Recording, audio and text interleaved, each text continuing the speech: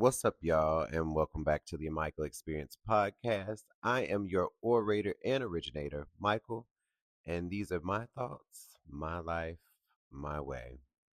So, first, I want to say Happy New Year again and again and again. Happy New Year.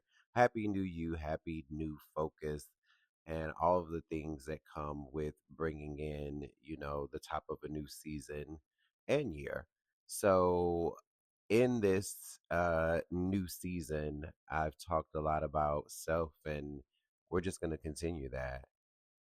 On my self rediscovery journey, as I like to call it, there have been so many things that I have dismantled and things that I have took a deep dive in just to understand the why. I think there are so many things that we grow up with that become our norms. I think there are patterns that we fall into as we experience life. And I mean life in all of its forms and variations: love, career, success, failure, friendships, just anywhere that there's a very personal or interpersonal exchange happening. You kind of pick up on things, whether it's conscious or subconscious, and you apply them in some way, shape, or form. And so when I say we are all the sum of our experiences, I truly mean it. And I'm no different. And so having all of these things and never really unpacking them, I guess. I think I feel like we go through phases in our lives where we're like, yeah, I turned 18 and then this is what I think. And then I turned 25 and this is what I thought. And then as I hit 30 and 40 and so on and so forth, I think there's always a dynamic switch or a mind shift that happens. And you kind of break into that new era that you're going into. And so for me, as I approach 40, the self discovery, the self rediscovery has been a very heavy thing weighing on me because I started first through relationship or ending a relationship, just trying to figure out what that looked like for me moving forward. And as I was challenging some of my norms, and challenging some of my biases in a lot of ways, there were a lot of things that I have held and I had no idea why. And I just said, let me take the time to dig into them. But what started out as one part of my life just matriculated into everything else. And it caused me to start thinking about why I did things in my career. It it caused me to think about how I show up in my relationships and why I do the things that I do. And as a parent, why do I do the things that I do? And just so on and so forth. And what I found kind of as a common thread was astounding to me. And it was truly that I wasn't putting myself first in making those decisions. And and as I was moving through career, love, life, parenting, and all that stuff, I wasn't doing it for me first and then allowing everybody else to experience it. And I think that's the wrong way to do it. So for example, I really didn't know what my career would be. I really didn't. When I think about going to college, I always thought that I may be an actor or a model or something in the creative arts. I always thought that would be my career or my profession. And so I realized at a very early age as a teenager and being a teenage parent, I realized that modeling and acting probably wasn't going to happen for me. And so I got really practical about what I was going to do. And I was like, I just want to do something that people think is successful, and I want to do something that makes money. Now, as one of these people that I truly feel like I can do any and everything, and I mean it, and I've tried lots of things throughout my life. That's just how I've been. But I think when you're that type of person where you can do a lot of things very well, um, when you don't seek out your passion, it always feels like a tugging. It feels like a soul tugging, a daily daunting task to do the work, even if you can do it well. And it's truly because of the lack of passion. It is truly because of the lack of passion for the work. And so as I was moving out of high school, I was just like, okay, like business is great. I can do things in business. And so I'm like, okay, I'm going to do that. And then I just did it. And then I kept staying in the space and I kept doing things in the space. And then finally, I was like, maybe I don't want to be an entrepreneur after probably four businesses of my own, in various forms. I was like, maybe I don't want to be an entrepreneur, or maybe that's not the way I want an entrepreneur. I think it's great. I think it sounds great when you tell people you own a business and you're selling products and people can see, and it's tangible and it's in front of people. But I was like, I don't want to do that. And so I decided I had a lip and lash business, and I said, you know what?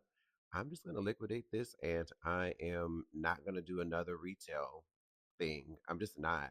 I had done clothing for men and women. I did shoes and accessories, and then later on lashes.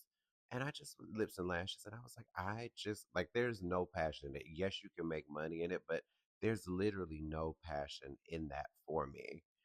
And I was like, I don't want to do it anymore.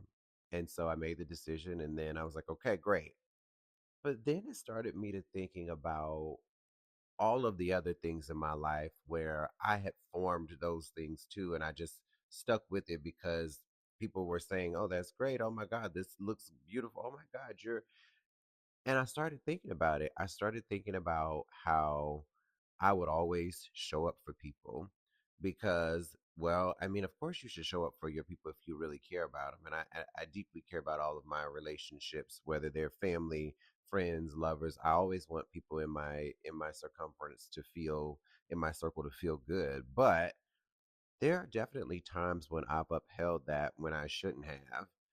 And when I got to the core of why I was doing it, it wasn't because I just love people. Now it is, but it honestly felt like a duty or obligation. It just seemed like people would say, like, oh my gosh, you just show up for all of your friends and you're so supportive and you do this and you do that. And there would be times where I was like, I just can't today, but I would do it anyway, and I would be like, I really don't want to do this. It's not my thing. But I was like, you know what? Let me go and do it because it looks bad. Now, a lot of people would commend something like that because you are showing up. And I think there are times where we're tired, we're busy, we're overworked, and we just don't have the energy to do so, right? Or the will in some instances to do so. um and you show up for your friends because just that's what you do, when your friends have supported you and poured into you. So there are real moments where that should apply, in my opinion, as long as there's reciprocity and as long as the synergy between you is great. But I think there are moments where you do have to just say, listen, I don't want to do that one. Like that's not what I want to do. And if you have the right people around you, they're going to say, okay, I totally understand. And you'll support in another way or at another event. And that's something that I had to learn because I was saying yes to everything for everyone. And I didn't do it because it felt good. Sometimes it felt good, but I wasn't doing it for me first. I wasn't doing it because this is genuinely what I wanted to do and how I wanted to contribute. I did it because of obligation first. And then, if I helped in some way, I was like, okay, great. And it should not be that way. You should have a willing and a want to do the things. And when you don't want to, you should be able to express to people, that it's just not your thing right now, or maybe you're too tired or whatever, and not have a fear. And I'm not saying they instill a fear in you because most of my friends understand when I say no, but not have this internal fear of like pushing people out. Did I push them away? Did I make them feel some type of way? I guess I'm saying guilt. Not have that internal guilt around it, even though you're assigning it to yourself. But because obligation has been the consistent pattern, it has become the habit, you continue on with it. And so I had to break away from that. And that just looked like prioritizing me and the way I felt. And maybe I didn't have the energy, and maybe it's something I did want to do. I just didn't have the energy, and maybe I figured out a common ground. But I voiced to people that that is where I was at, and if I said I could only be here for an hour, I can only be here for an hour. And what I noticed when I started doing this, or implementing this new process of putting me first in my decision making and in my daily operations, I started noticing that I felt less drained because I'd been walking around feeling like I always have to do something. And when you don't want to do something, or when you're not doing something for you, I'll say it again, it just feels like a soul tugging, daily daunting task. And so if you think about that's happening in your career, and then you have your family and friend relationships, and now you have that soul tugging thing there and no passion behind it, it begins to really erode your spirit in a way, and it just erodes the way that you love, and the capacity to really care for yourself. And so for me, I really spent the time like, okay, I'm just going to be honest with people about where I'm at, and it is what it is at the end of the day. Is that always the easy thing? No, because there are some people that are going to look at you and say, well, this is how we've always been, and this is how you've always been. And I don't know why you're switching up or acting funny now. That's a very common one. You acting funny. Oh, you didn't got a little bit of money. Now you're bougie. Well, some of that, maybe all of that may be true. I don't know. But the point and the moral of this story and this change is that I'm moving in a new direction. Okay. And you either move with it or you just move out my way. And that's how it has to be. And you don't have to say it like that. But if you have people around you that really love you, if you are aligned in your career, or realigning in your career, it feels better. I mean, there were even moments in my career recently where I was saying yes. And I was like, absolutely not. I was like, you know what? You're going to start saying no to the things that you don't want to do, and you are just going to be okay with that being no, without wondering if you're rubbing somebody the wrong way, or feeling like you made your boss mad, or you feel like you made whatever. Like, it's the answer is no, and there's no explanation needed. And you know, as I was in my last position, I implemented that, and I was like, I cannot do things that center or are about what somebody else may think first, and then me second, or me last, right? So I've noticed a real change in my peace of mind. I've noticed a real change in the level of anxiety that I no longer have around just putting me first. And I think everyone should do it if they're not already. And it is much harder than it sounds, because you are doing a whole mind shift. You're doing a complete overhaul of probably everything that you've known. But the other side of that is really peace. It is peace, it is happiness, it is 100% self love, it is 100% self confidence at the center of your decision making and dynamics. And that has been very monumental to me. And then you have to sit with self. You know what I mean? I don't know why we get to the part where we typically, well, for me anyway, I kind of worked, I don't know, I guess in the reverse, but that's how it's been in kind of dismantling this, because again, I started with looking at like, okay, why did I go into business, and why was business the thing that I wanted to do, and why did I continue doing that? And then I dove into those family situations and was like, okay, and friend situations, and I was like, okay, all right. And then you get to just how you feel about yourself. And that is from the way that you walk, the way that you talk, the way that you get dressed every day, the way that you stand tall in a room, the way that you speak, just everything about you. And I sat with that last, but I think it's important I think it's important and I think it works because I feel like that's the thing that's harder or has been harder for me to dismantle because I am my own worst critic. I'm not gonna lie. I give myself all the judgment and all the critique before somebody else can do it. It's like, okay, let me get real and raw with me so that, nobody else can surprise me. In my mind is what how I process. But I had to start thinking about like my fitness journey. And that started with me just saying, like, I just want to lose the weight. I want to look good in my clothes. And, you know, I was like, okay, good. And then at some point, I started looking at all of these beautiful bodies on the internet. And then I would look at the comment sections about that and just all of the dialogue happening about how you should look and how everybody should look like, a Ken doll and, just have the six pack and the chest and gym every day, rah, rah.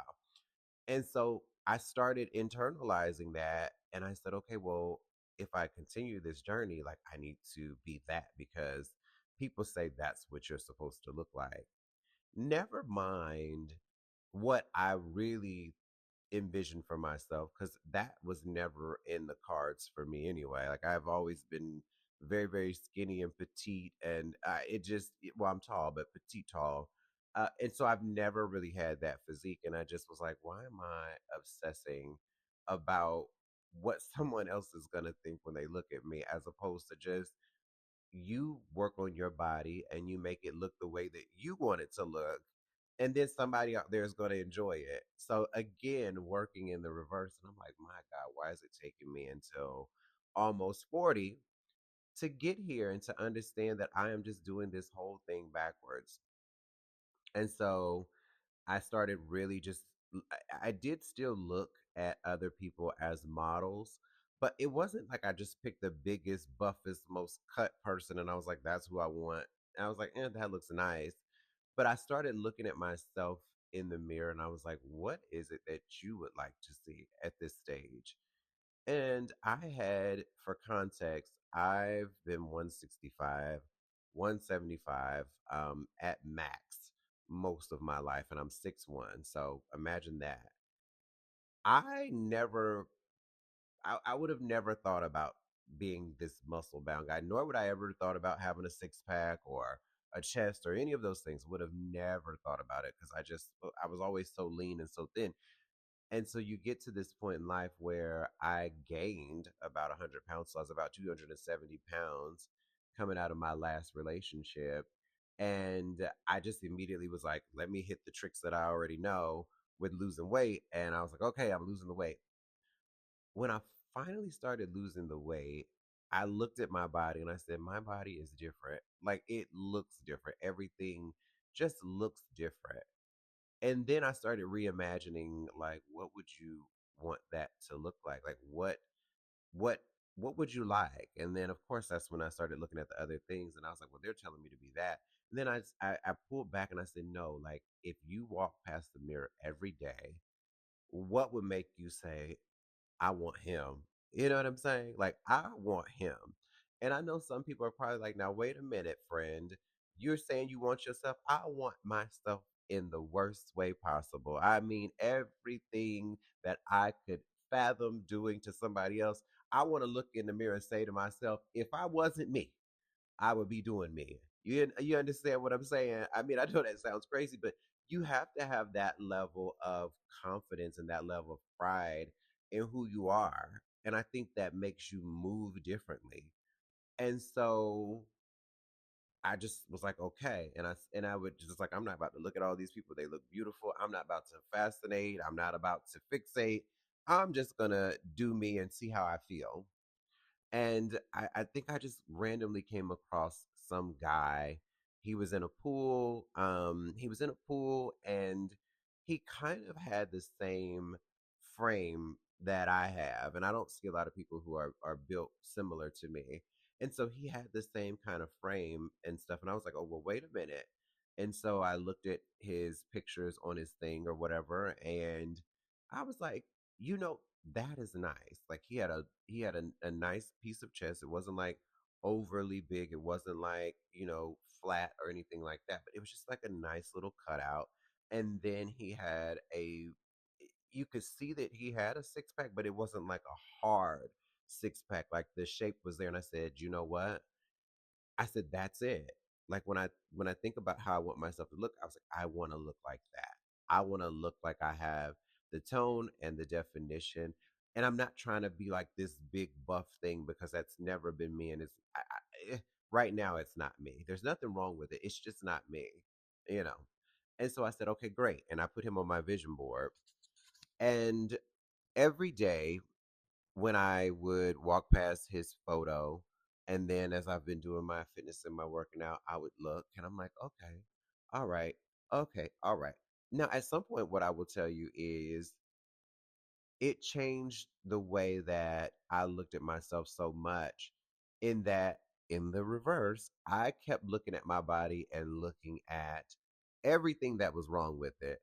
I mean, I have these love handles and I just can't stand it. To be a thin person and have love handles is crazy to me. But I have these love handles, that part of your back, and it's like, why is that there? Where it should be kind of carved out, and mine is just like sitting there.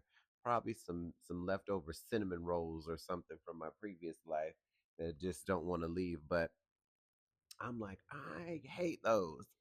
But even with them now, I'm walking past and I'm like, listen here, you look good, sweet roll. You know what I'm saying? Like I have started, the body obviously has been coming in the way that I want it to, but like I don't even look at those things anymore and feel like, I'm disgusted or I'm angry.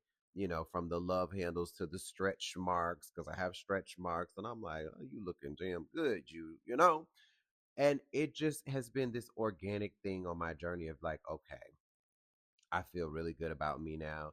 And when I look in the mirror, I'm not thinking about if somebody else is going to like it. Now I'm truly waking up in the morning like, you know what? You are a bad mamma jamma. And I'm like, you sexy, right? I do a little cute little twirl around. And then I go and get dressed. And I get dressed. And I've always been one of those that like, I've always worn really nice things, and my friends are, they'll tell me sometimes, like, Michael, what are you doing? Why are you changing your clothes? And I'm like, I don't feel sexy. Now, I've always been that way when it comes to what I put on my body.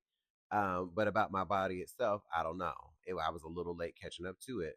But now I'm in such this space that I'm like, I'm walking around, I'm looking at myself every day, and I'm like, yep, somebody, I love it. You know what I mean? And then somebody else can enjoy all this goodness, as opposed to me looking at myself and thinking, like, I have to do this for somebody. I have to do this because people said I should look this way or I shouldn't have these things. And I think that has been a very, very beautiful thing in it too.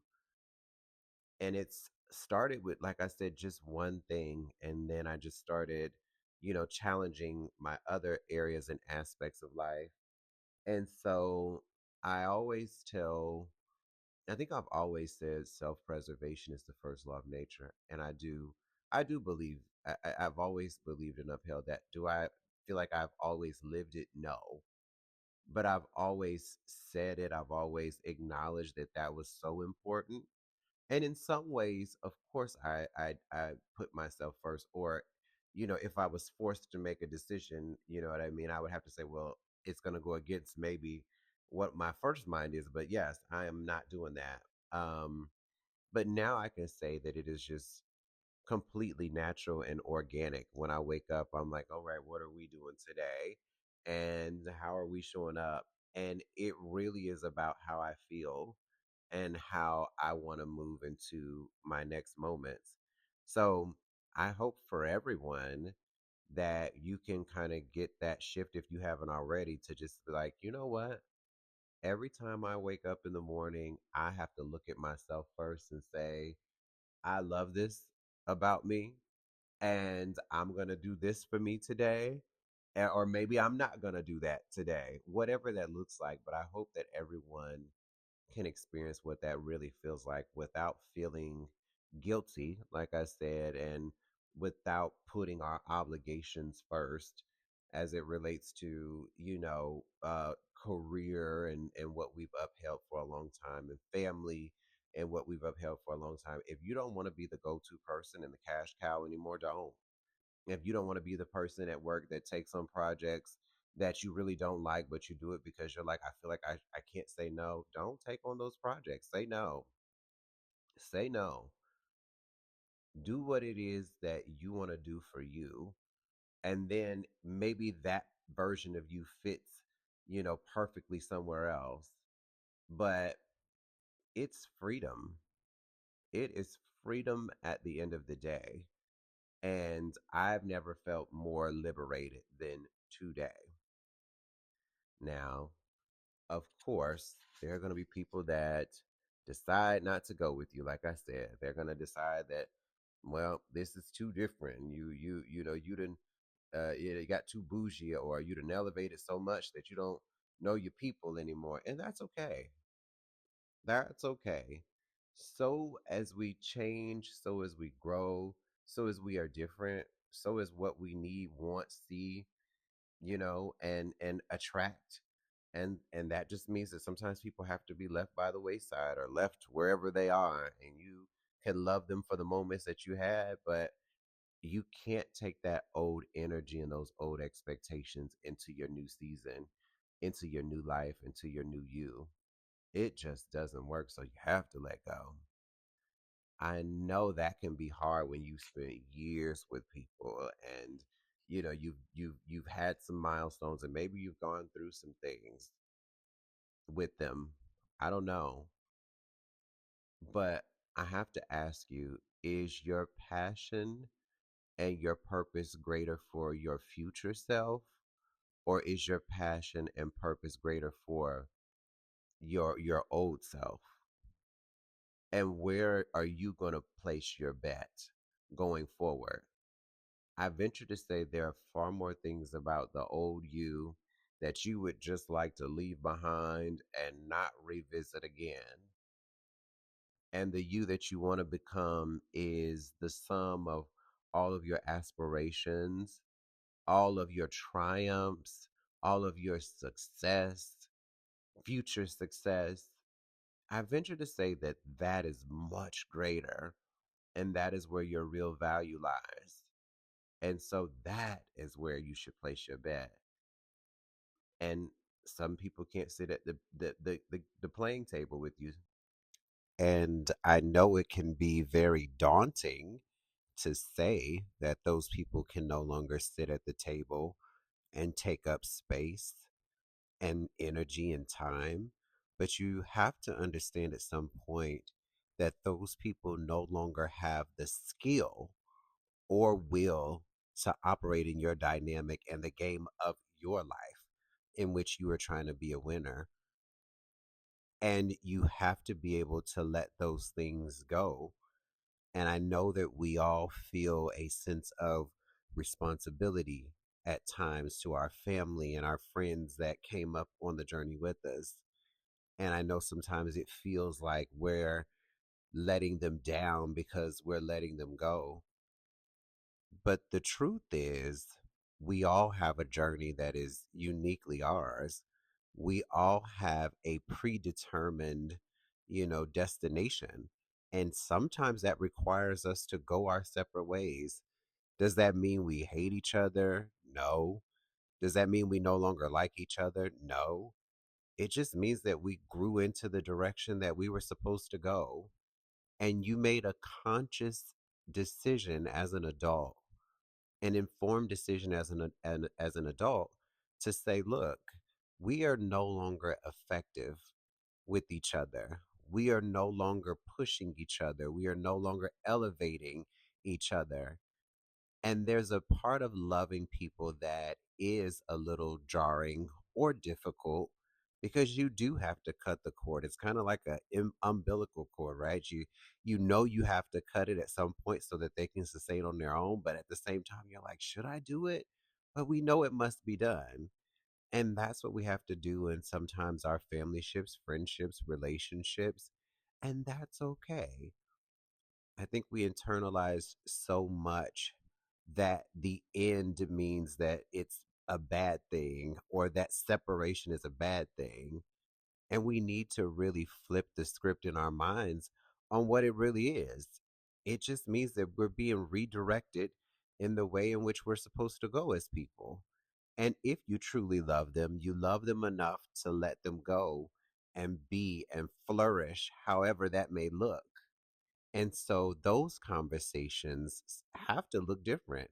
And sometimes you have to sit people down and say, listen, this thing with us is no longer beneficial for neither one of us. Like, you have things that you need to do. You're holding on to me because you want my dreams to succeed.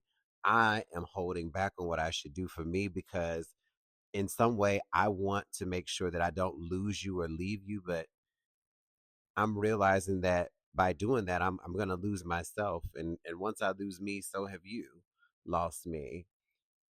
And that is how we have to move into our newness. That's how we have to move into our self assured space and our centering of self and decentering the thoughts, the expectations, and perceptions of everyone else. We have to do it.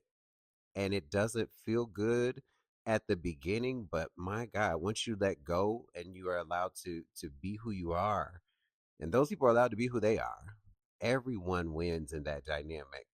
And maybe your paths cross later. Maybe somebody else's growing blocks require them to do some different and deeper work, something outside of what you've both known. Perhaps the same is for you. Your work is just different. And maybe if it's meant to be, you guys will come back in some capacity later when both of you have grown into whoever it is you were meant to be or trying to be. But we do this thing where we say, no, I have some ownership to them. They have ownership to me, and I don't want to let it go. And it feels uncomfortable. But what's more uncomfortable? Numbing yourself, diluting yourself, muting yourself. What is more uncomfortable than doing those things, self sacrificing for the possibility, and you don't even know what other people are thinking, for the possibility that someone else is feeling, thinking, having some alternate experience that is going to, I don't know, rip you apart or make you feel sad or make you feel guilty. All of these things that we think about as we self-sabotage in some ways, and maybe we need to talk about that in one of these podcast episodes, because I think there are a lot of us who self-sabotage without even knowing it. But we have to put ourselves first. And again, we have to go back to understanding that not everyone that we started with at the table is going to be the same person that we end with at the table. They don't have the skill or will to play your game anymore. And honestly, you don't have the space or the grace to afford them. So I wanted us to examine that. And again, I often use my experiences as a soundboard. And as I was showering earlier today, I thought about it. I did my workout and I watched podcasts as I normally do. And I just kept thinking about how many times I've done myself a disservice by thinking about what someone else or anticipating what someone else may be thinking. You know, if I said I had to do this thing for me, or if I just said no because I just simply wanted to say no. And I said I can't think how many times I've probably made up some scenario in my head that probably weighed me down for a couple of hours or maybe a couple of days, and I may have gone back to that person or group of people and been like, do they feel some type of way about me because I said no? I feel like in outward expression, I can say no and I can, move on. And I think most people are like, I don't understand this thing that you're saying, Michael, because you always, say it how you mean it, and you never waver. So I don't get it. outwardly, yes, I've been able to do that. But on the inside, there have been so many times where I had to second guess. And I had to second guess on the part that fulfilled me. You know, when people ask something, I'm thinking like, okay, this can benefit them in that way. And I'm thinking like, okay, if I just what would it take, and time, my energy, my resources. And I'm thinking of all the ways that I can give myself to whatever it is that they're asking, instead of asking myself, okay, if you walk into this situation, like, is giving up this going to be fulfillment? What does fulfillment even look like? Is this something you're interested in again before you say yes? And what is the harm in saying, no, this thing isn't for me, without having to go through this inner turmoil, right? Because I'm going back and forth with this inner dialogue about, well, what if this and what if that? No, sometimes it's just not you. And I think instead of that first thing, which is innately human, to just be like, okay, this is what they're asking for, this is what I need. And then you're like, okay, and then you say, my second thought is, how do I feel? When the first thing should be, your first thought should be, how would I feel? That should be your first thought. So it's a little backwards, as I've said a couple of times already. We just operate backwards. And I think it's because we're good people. Genuinely, I think we want to do the right thing. Again, it's innately human in all of us. Well, a lot of us. Well, enough of us. It's innate in us to be good people and good stewards, especially to people who have been in our orbit and have been, gracious for us as well. But I think we do have to get to a point where we prioritize self first, and then we allow the other things to matriculate, and I don't know what that in its full scale looks like in doing the work. But what I do know is step one is acknowledging it when it happens. I think in that moment where you get so caught up in, my mom asked me to do X, Y, and Z, and I feel obligated, but I just know this is going to put me off and I can't do it just this one time. We have to acknowledge those things so that we can change them. Because sometimes the no isn't a I would never do it, which is how we look at it. It's like, well, why wouldn't you? That's your mom, that's your this. Sometimes it's not no as in I would never, or I don't feel like you deserve it. Sometimes it's a not right now. And that is very, very plausible, and that is very understandable. Sometimes you have to say no in this moment, and that no is not a finite, like, I would never do this for you and I don't want to. Sometimes it's not now. I find myself consciously in the moment when I go into conversations, prepare myself, right? If a friend or a coworker or somebody that I have affiliations with reaches out to me for something, I find myself saying, what is the premise of the conversation? So that I understand when I get there or when we get to the conversation, that I know what it's going to entail in some form. Sometimes you don't know. Sometimes you're talking through it in the moment, but give me at least the context and the preface of it. That way, when I walk into it, I'm like, okay, if if they're going to require this of me, maybe that means I require this of them. And sometimes that's it too, is how do you prioritize yourself within you're prioritizing other things. So I think that's one thing that we forget too. Is like when people ask us, oh, it's selfish for me to say that in order for me to do it, I need X, Y, Z. Absolutely not. Reciprocity and synergy requires that things are moving constantly in both directions, and on all sides. And so sometimes, again, we self sacrifice and we're like, I'm just going to do it when we know we might need something different. Instead of maybe, for example, somebody say, hey, I have this event and it is a 4 hour event and I need somebody that's going to host. And, I would like for you to do, 2 hours. How do I show up for me within that, right? Maybe I do want to show up for my friend, but maybe 2 hours is too much for me. How do I then go in that conversation and say, listen, I understand you have a 4 hour event.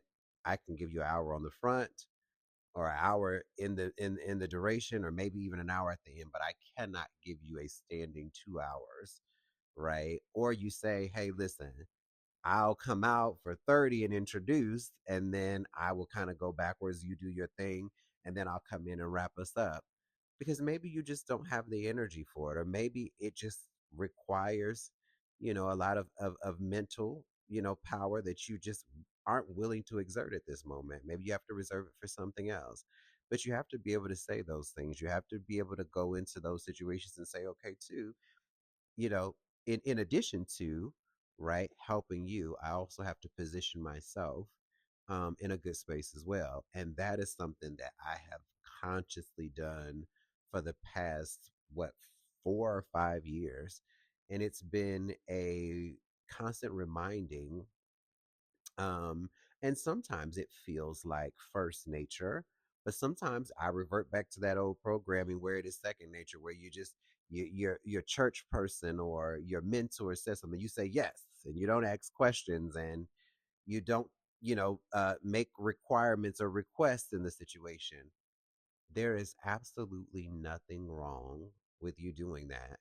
And it's so interesting to me that it took me so long to figure out that the people who do prioritize themselves first have no problem putting everything on the table.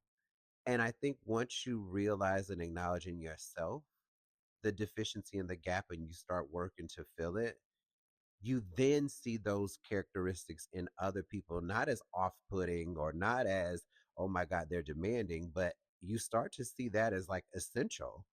And you start looking at it as that as like a bright light, like a wow, I can't believe that I wasn't engaging in this before. Like, this is such a superpower. But I started noticing those people that when you would say, hey, can you do this or that?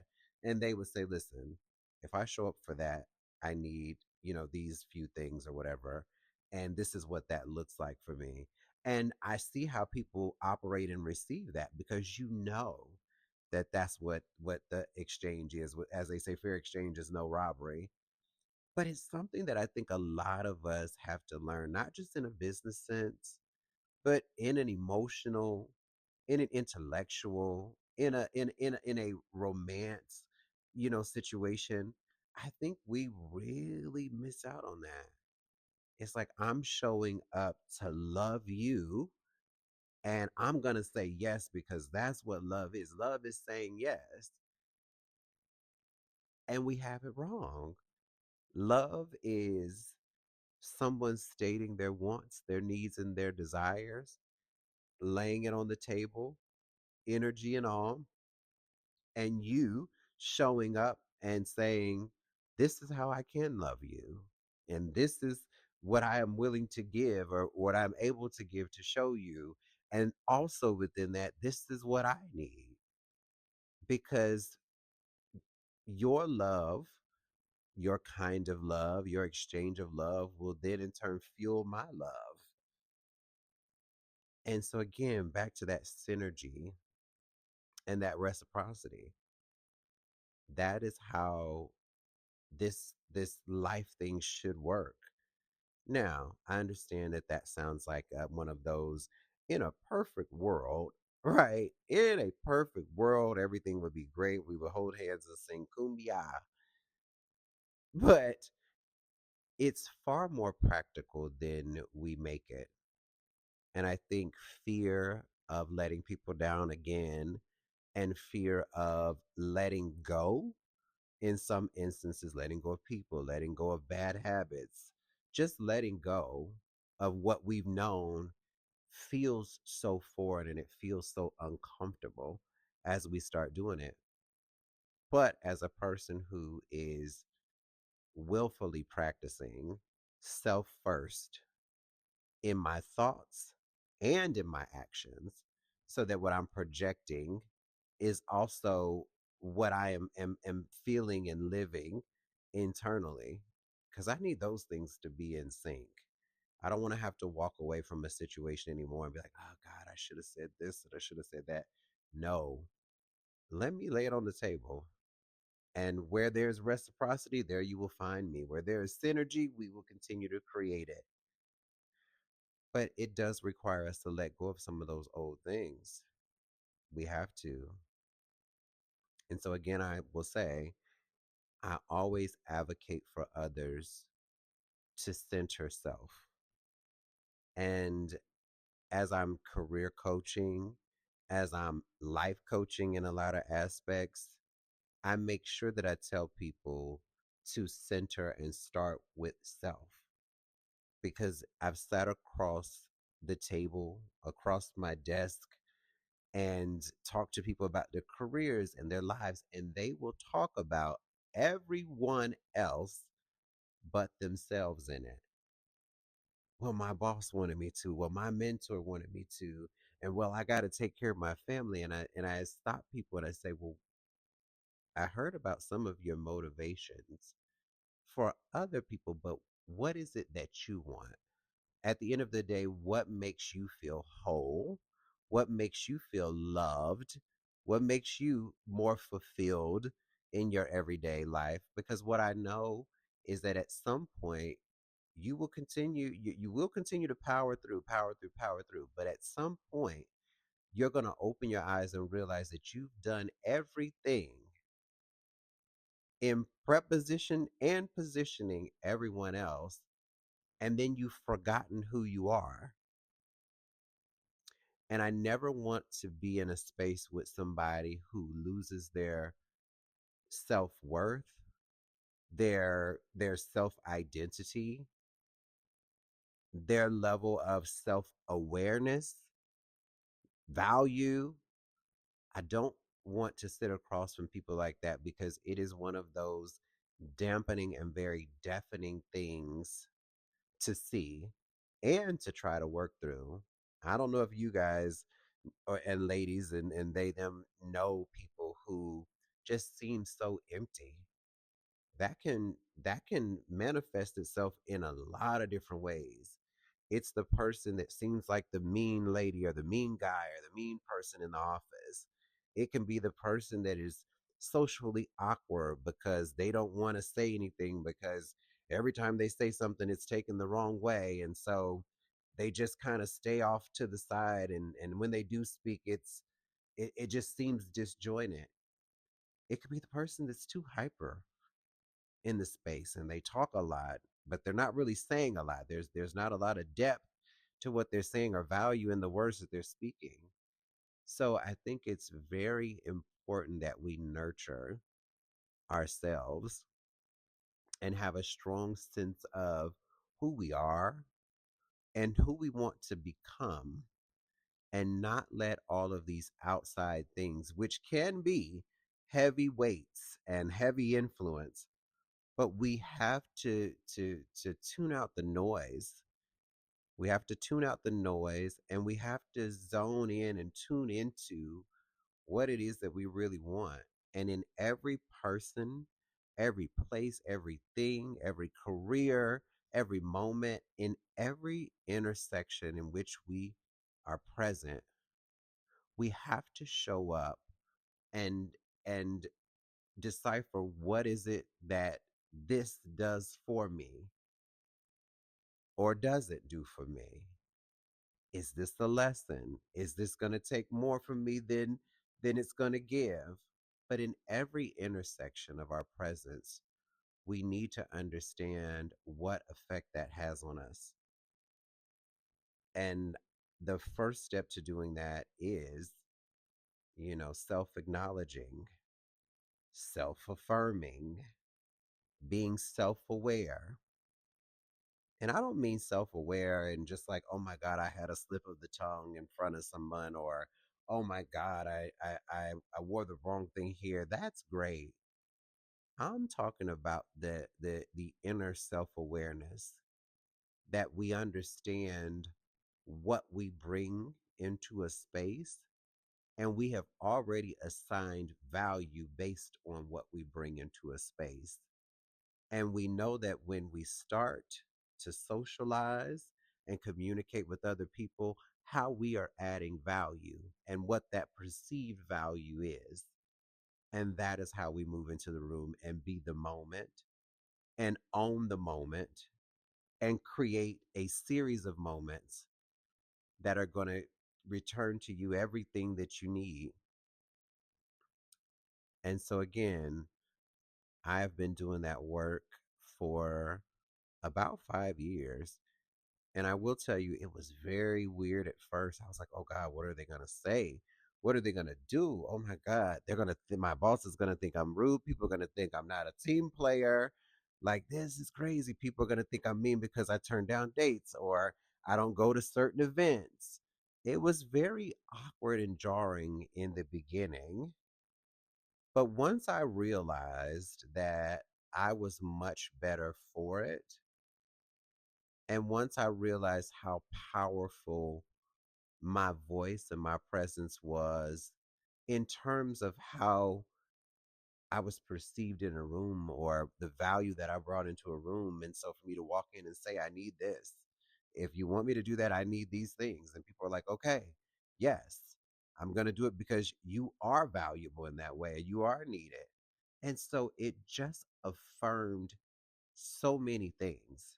It became very fulfilling. I was like, okay, I don't feel like I'm doing too much. I feel like I'm still able to contribute, but I'm also getting my needs met as well. And once that repetitive cycle of fulfillment and synergy and reciprocity started happening over and over again, now I find myself being more comfortable saying, let me think about this, and I need to understand what this looks like in terms of expenditures. And there's dialogue that can happen.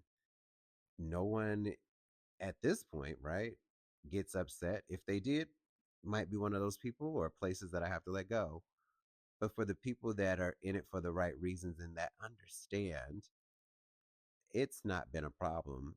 And I think as I continue to move into situations with those same people, they come to the table like, hey, I feel like you're going to need this in order to do it. And I already made sure that that was possible. So all I need is like whatever your time commitment is. And if we need to restructure some things, we can. But I started noticing that the energy was reciprocal. It was reciprocal. Now I have other people saying to me like, hey, I know you're going to need this and I can make it happen. And we want you to be a part of it.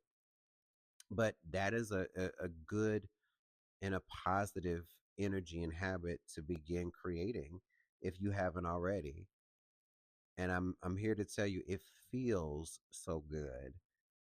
My stress level is much lower. I don't spend as much time second guessing and ruminating on things afterwards. The level of guilt isn't there. But I had to let go of some people, places, and things. I had to acknowledge those feelings internally that were showing up first. And then I just had to be present and participate in the interactive dialogue of what does this look like for you and I? How do we meet each other's needs if I do show up? And so that is the self work that I think we all need, to get back to who we are and also who we want to become. But it does require letting go. So if I can leave you with something, it is that you alone are worth it. You are worth the time. You are worth the energy. You are worth the investment. You are worth everything and anything that your mind, your heart, your spirit, and your energy can muster. You are worth every bit of all those things. And that should be top of mind as you walk into any place, in any space where your presence is going to intersect and interact with someone else. So I thank you all for listening to the Michael Experience podcast, and go out there and love on yourself before you can love on somebody else. And I will see y'all on the next one. Peace and love, y'all. Bye.